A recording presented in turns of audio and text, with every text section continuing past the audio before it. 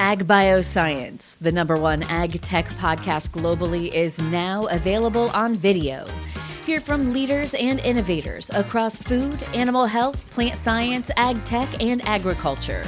Mondays at 6 a.m. on YouTube or wherever you get your podcasts. While you're there, subscribe and leave us a review.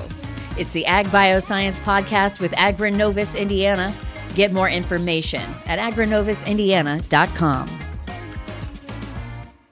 This is Inside Indiana Business Radio on demand for Friday, June 19th, 2026. I'm Gary Dick. Last week's announcement from TaylorMade Golf of a $60 million distribution center expansion in Vanderburgh County is the latest in a series of economic development deals in Southwest Indiana.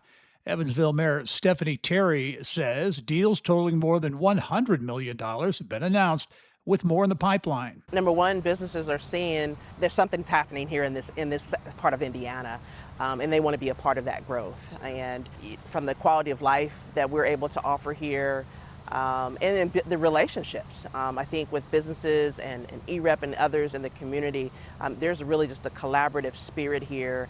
Indianapolis-based Elanco Animal Health announced Thursday that it plans to establish a $25 million corporate venture capital program to support, invest in, and advance innovation in animal health. The company describes its investment as a multi-year commitment. Purdue University is launching a gaming and interactive systems engineering concentration available on its Indianapolis campus.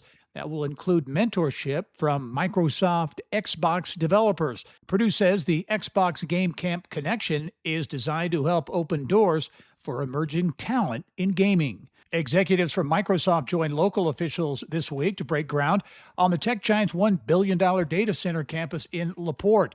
Officials expect the first 3 data center buildings on the campus to be complete in 2029. Microsoft has said the project would create up to 2,000 construction jobs, and the complex would ultimately employ up to 600 workers. You're listening to Inside Indiana Business Radio. Thanks for listening to this IBJ Media podcast. You're probably going to remember this ad. Do you know why? Podcast advertising works.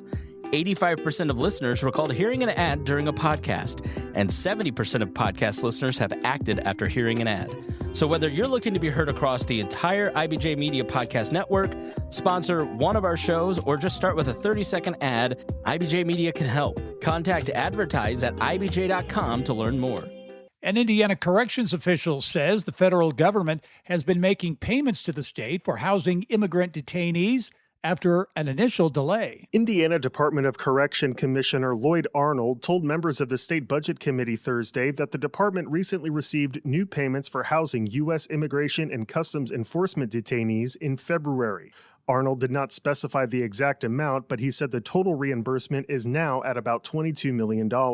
Responding to questions from Democratic State Representative Ed Delaney, Arnold said that he expects to receive payments for March expenses next month, saying it takes about 100 days to start receiving payments. The state entered into a 2-year contract with the Department of Homeland Security last October, agreeing to house up to 1,000 ICE detainees at Miami Correctional Facility in Bunker Hill. Based on a report provided to the committee in March, the IDOC had spent about $10.5 million on housing detainees since October. About 600 immigrant detainees are being held at Miami Correctional Facility every day now, up from about 500 in months past. At the Thursday meeting, IDOC officials requested nearly $5 million in various capital improvement projects for several of its facilities, including replacing HVACs and other systems.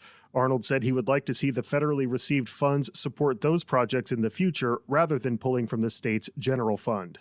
Alex Brown, Inside Indiana Business Radio. Pittsburgh-based aluminum producer Alcoa Corporation has announced the ratification of a new labor agreement with the United Steelworkers Union. The company says the agreement was ratified by a wide margin of union members, though a specific percentage was not provided. It covers about 965 workers at Alcoa's Warwick operations in Newburgh and a plant in New York. This is Gary Dick for Inside Indiana Business Radio on Demand.